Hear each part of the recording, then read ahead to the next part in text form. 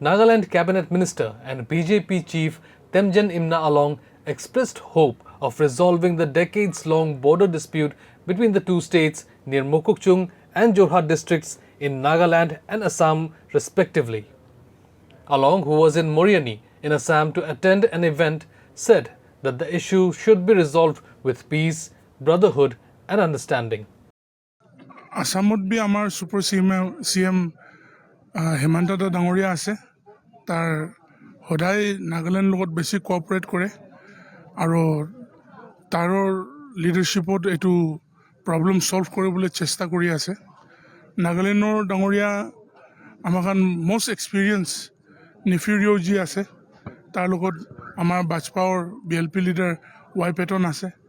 এখন সব মিলাই কিনে এইটো গভৰ্ণমেণ্ট টু গভৰ্ণমেণ্ট কথা পাতি আছে এতিয়া আৰু এইটো সুপ্ৰিম কোৰ্টৰ ছাবজুডিচ মেটাৰ থাকিলেও আমাখন দুইটা ষ্টেটৰ গভৰ্ণমেণ্ট আৰু মানুহবিলাক একেলগত মিলাই কিনে এইটো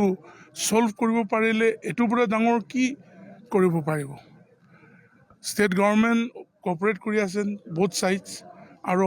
এতিয়া যেনেকা শান্তিত যায় আছে আৰু একো প্ৰব্লেম নাথাকি কিনা এডমিনিষ্ট্ৰেশ্যন এইটো সাইডত হওক या उटू साइडत हक और आमार डांगरिया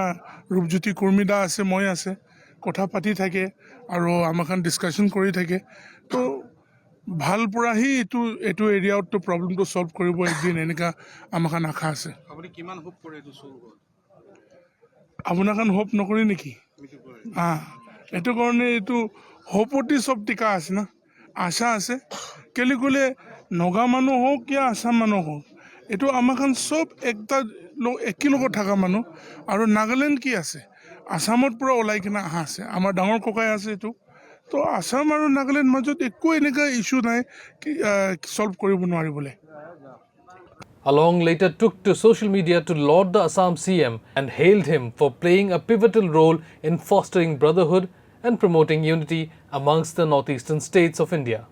Assam and Nagaland share a 512.1 kilometer border. The border dispute between the states began soon after Nagaland became a state in 1963. The Nagaland State Act of 1962 denied the state's borders, according to a 1925 notification when Naga Hills and Tuensang area were integrated into a new administrative unit. Don't forget to like, share and subscribe to East Mojo. For any queries, put them down in the comments section below and press on the bell icon for notifications.